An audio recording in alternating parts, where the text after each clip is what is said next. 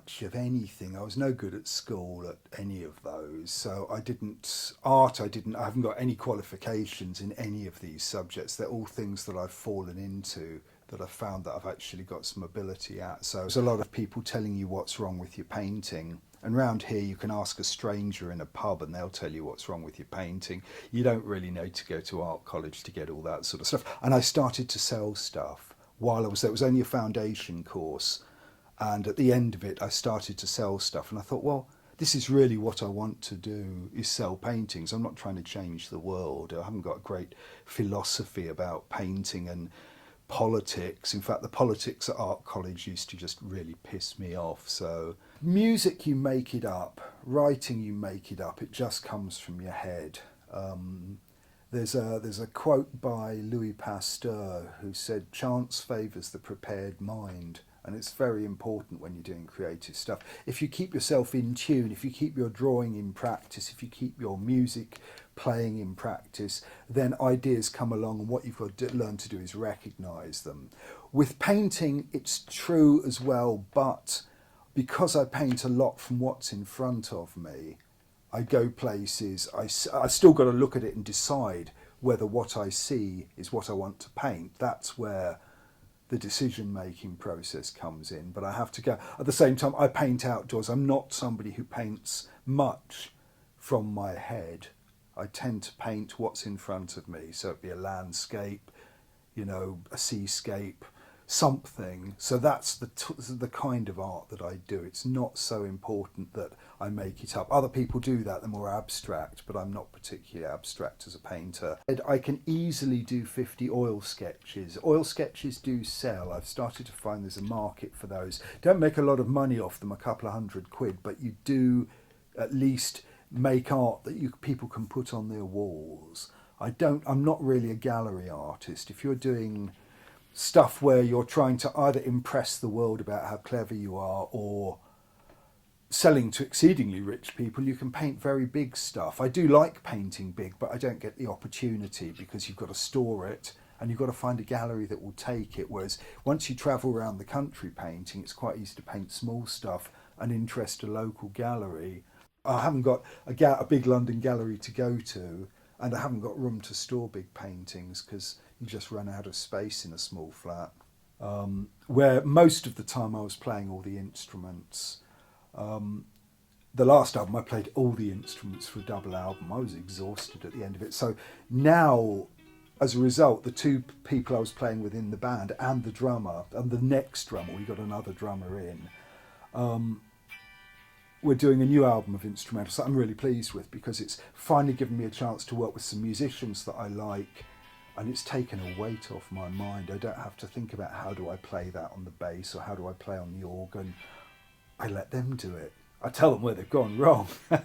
I'll tell them, oh God, play it like this or play it like that or do this or do that. But I don't have to play it myself. So yeah, I've got the fourth album. We've just done 2 singles. I've been mixing. This is what I've got the mixing set up here for at the moment.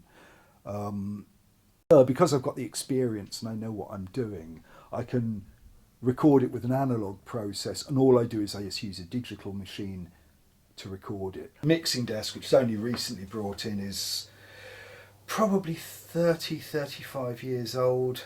Old and very old, some older than me. I mean, the amplifier here was older than I am. It might be 1956, something like that. It might be a tiny bit later, a bit moderner, but I wouldn't count on it. The Rolling Stones might have looked at it in their early days and thought, wow, that's really modern, but it ain't. But it's fabulous. It's an old valve amp, fabulous detail, really, really nice quality amp. And it's not the age of the equipment, it's the sound you get out of it. So this stuff, EQ, the Parametrics, late 70s, maybe early 80s, the tape recorder, which is really being used as an echo unit, not as a tape recorder per se. That's probably as old. These two, relatively modern. The digital recorders were about 15 years old, and then there's a patch bay, and the patch bays are what separates us from the animals. That proves you're a sentient being if you have a patch bay. And you've got a proper studio. The organ is a late 60s throw out from a pub. It's a Lowry, just like the Doors used to use, just like the band Bob Dylan's group used to use. It has a primitive drum machine that you can't program, and it goes boom, brrr, tss, tss, pff, noises, and it's great. Your drum machine not so good, but the organ itself is a fabulous piece of kit. Little compressor, that thing has seen me through about 4 albums so far. It's got a lovely sound, stuff like that. Just really simple processes that make your recordings sound good. And that's pretty much it. It's a very limited setup. You don't need to have tons of stuff. And I don't use a computer because I can't bear looking at backlit screens all day. There's no information on a computer screen that I need to record music. Music's about listening to it, not looking at it. And when you've got a screen, all you do is you look at it. It's like having a television on. Your eyes are always drawn towards it. And as an artist, it tires me out. It's bad enough using the computer to write emails on, let alone having to do music on it. In the early 80s, I got a job running a studio, and that lasted me the full 10 years. And I only got out through reasons of my health. I was just exhausted. I had ulcers. I just wasn't well.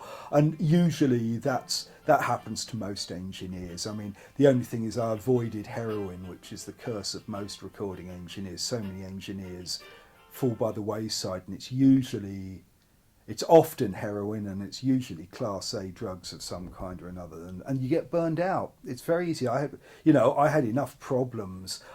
Drugs weren't one of them. I mean, my youngest son died, and it was like, oh bang, that was completely out of the blue. So by the end of the 90s, I didn't really want to be. I thought, I've just got to stop this. It's not healthy being in studios. So that's when I got out, and I thought, you have to ask yourself 2 questions. Do I want to own my own studio? Do I want to do this the rest of my life? And the answer was no at that point.